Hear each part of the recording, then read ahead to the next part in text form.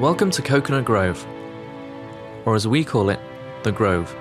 With its turquoise waters and lush tropical foliage, it's been a haven for writers, artists, thinkers, and iconoclasts for over 100 years.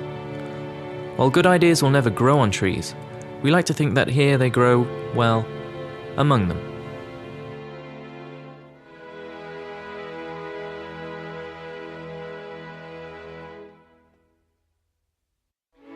Architecture and cities really conditions our possibilities to express ourselves or to enjoy our life. They become the framework around our lives. And therefore it's quite important to understand that architecture isn't just some visual art. It isn't just like an image of a building, a two-dimensional facade or a three-dimensional sculpture. It's actually an inhabitable three-dimensional urban condition that actually creates or inhibits possibilities. So therefore, I think it is quite important in architecture to be able to communicate why the buildings look the way they do and what possibilities they create for the people inside the buildings and for the life between the buildings. That's Bjarke, of Bjarke Ingels Group Architects. He's been commissioned by David Martin and the Terra Group to develop an innovative new residence in Coconut Grove. Bjarke has a reputation for challenging convention, as does the Grove.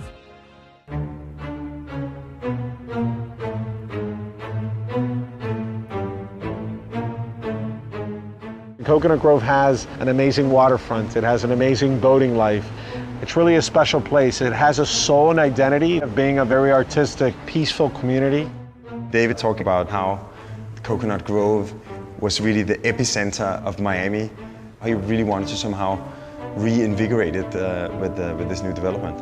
I drove him through all the streets. I had him go to the Skya, to the Kempan. Driving around the neighborhood with David, you can't help noticing the sort of incredibly lush nature. I love Miami in general, but if you were to drop me in one place and say, where are you? You'd know immediately when you're in Coconut Grove.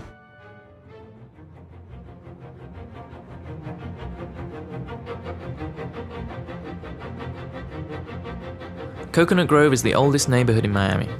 In the 20th century, it became home to American millionaire Howard Hughes, along with Miami's first commercial airport, the Pan American Seaplane Base, now the location of Miami City Hall.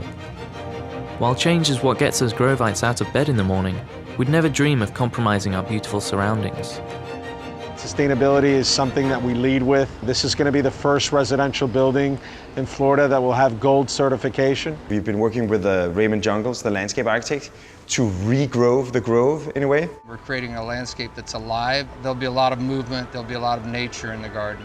And the really interesting thing about this particular garden, as you're down in the garden and you look up to the sky, you'll see these amazing pieces of sculpture that kind of twist your eye up towards the clouds.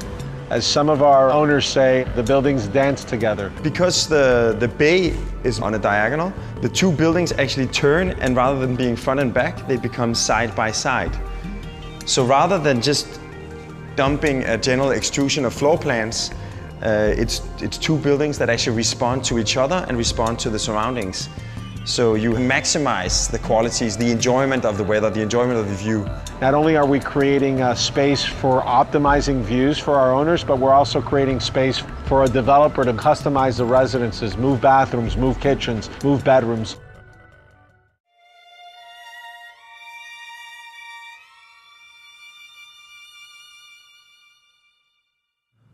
From the affluent to the influential, you could say that the people who find themselves in the Grove are as individual as the residences Bjarke and David are developing.